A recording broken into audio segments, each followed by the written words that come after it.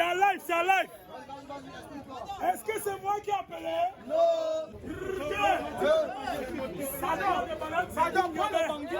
Oh, calme-toi, calme-toi. Il y a les jaloux. La caméra est braquée sur moi. Martin Paul Samba.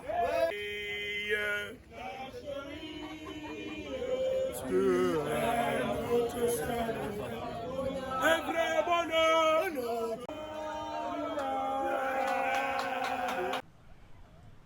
Bonjour tout le monde et bienvenue à une nouvelle vidéo. Aujourd'hui, nous avons eu la chance de rencontrer M. Essama Blaise, un panafricain qui lutte un combat pour la renaissance et la reconnaissance des héros africains. Voilà, c'est autorisé, c'est autorisé.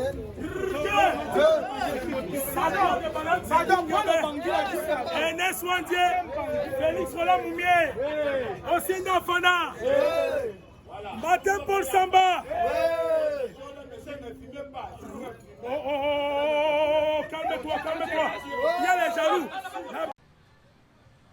Récemment emprisonné pour avoir détruit et vandalisé un monument du général de Gaulle qui se retrouve à la poste centrale à Bonanjo.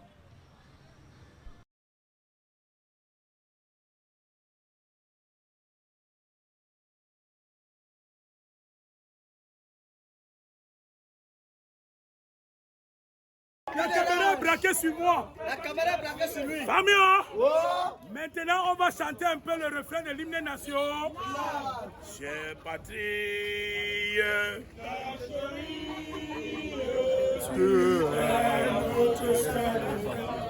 un vrai bonheur,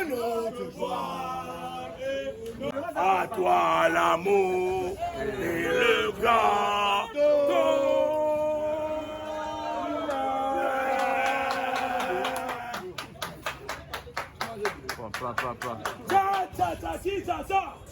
Première question. Ok, on va lui demander. Monsieur André Blaise Essama est une personnalité de grande carrure que nous allons découvrir aujourd'hui dans cette vidéo. Bon. Écoutons la question s'il vous plaît. C'est en live, c'est en live. Est-ce que c'est moi qui ai appelé? Non. Les choses de Dieu arrivent comme ça. Tu ne te porte-parole, vas-y, réponds. La question c'est sur le coronavirus en fait. Donc on vous demande un peu, lorsque c'était tout nouveau arrivé au monde, qu'est-ce que vous avez pensé de ça? Alors, ma première réaction, c'est que coronavirus, effectivement, est une maladie qui a un nom Covid de l'année 2019. Et c'est une grande pandémie dans le monde aujourd'hui qui a assassiné, qui a tué plusieurs, notamment, je rends hommage à notre très grand Mamou Dibango, Maurice Mambele. C'est une réalité, moi-même j'ai été affecté par cette maladie et j'ai pris le quinquilibre. Je me suis ressourcé rapidement auprès de ce que le cardinal Christian Toumi nous avait conseillé au sujet de M. Samuel Klida, qui est un très grand humoriste. Et j'estime pour ma part que, en tant que citoyen, il faut se prémunir de toutes les mesures barrières, distanciation sociale, il faut laver les mains et il faut surtout être avec un taux de défense bien élevé que ce. Donc dernière question, un peu, est-ce que vous pouvez parler un peu sur le vaccin? Là c'est clair que je ne peux pas faire confiance à des vaccins, je vous ai dit qu'ils soient venus de l'extérieur. Je propose une solution intra-africaine.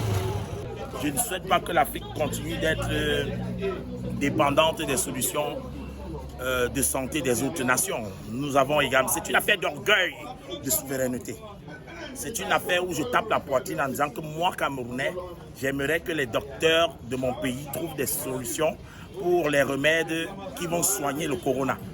Je ne serais pas fier de voir que ma nation ne soit pas en mesure de trouver, parce qu'aujourd'hui, la plupart de ceux qui décèdent du côté de l'Occident, je leur dis encore paix à leurs âmes, on se rend compte que Corona agit de différentes façons, que ce soit en Afrique, que ce soit en Europe. Donc nous qui avons peut-être la chance d'avoir un taux de défense très élevé, on doit donc travailler à ce que nous relevions encore ce taux. raison pour laquelle j'ai rendu hommage à tous ceux qui ont eu un taux faible. Notamment, vous savez que la population africaine est en grande quantité constituée des jeunes. Et c'est pour ça que la population européenne vieillissante ne devait que subir. Donc moi, je vous ai dit, j'ai été attaqué. J'ai été attaqué parce que j'ai pris le quinquilibre. Pour ceux qui connaissent très bien les plantes de notre... On prend la couverture avec les condiments que nos femmes... C'est une fille mafia qui a préparé ça. Elle a secoué la marmite, secoué. Et j'ai inhalé.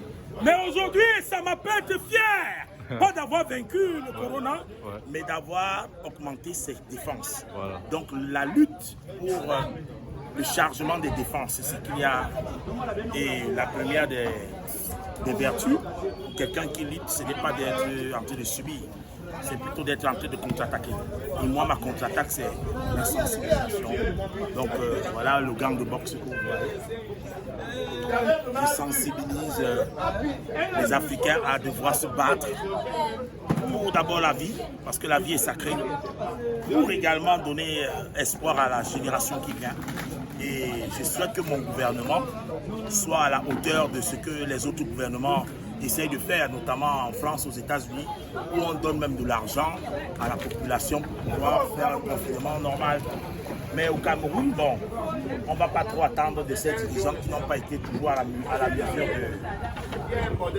des défis. Donc pour ma part, je pense que s'il faut conclure, je me prémunis. Je fais tout pour être dans la sensibilisation de mes compatriotes. Je rends hommage à tous les médecins camerounais qui sont tombés.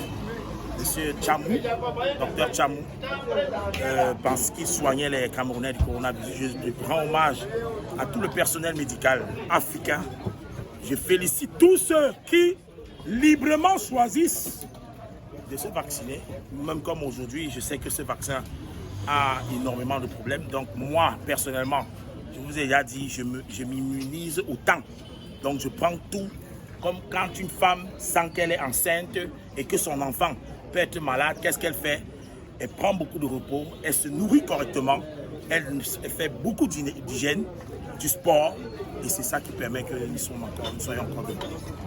La plupart des malades mentaux qu'il y a au Cameroun, vous n'allez pas voir ces malades mentaux qui soient sur les lits d'hôpitaux. C'est juste leur immunodéfense qui est très développée. Ils mangent dans la poubelle, ils se nourrissent avec de l'eau sale. Donc, comment pouvez-vous justifier qu'ils soient en bonne santé pendant que des milliardaires qui sont dans la climatisation soient en train d'être hospitalisés? Donc, pour ma part, je ne souhaite pas que le vaccin soit administré à tous les enfants africains, surtout quand on connaît qu'il y a une guerre avec la famille Rothschild, où ils ont décidé de faire que les Africains soient réduits à ne pas bénéficier des richesses de leur terre. Vous savez très bien que beaucoup veulent l'Afrique sans les Africains.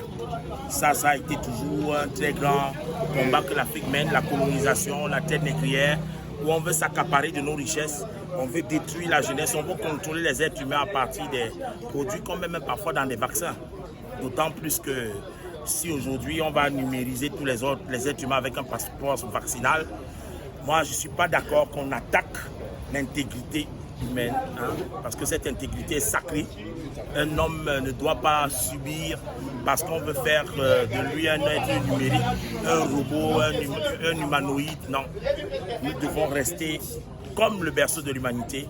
L'Afrique doit rester d'abord avec ses propres racines. C'est-à-dire que le berceau de l'humanité doit être suffisamment à défendre. On ne doit pas défendre les productions des autres. Merci. J'espère que vous êtes en accord avec moi que M. Essama est une personne de très grande personnalité. Si vous avez des questions que vous voulez que je lui demande, n'oubliez pas de mettre cela dans les commentaires. J'espère que vous avez aimé la vidéo. N'oubliez pas de vous souscrire et d'aimer la vidéo. À la prochaine.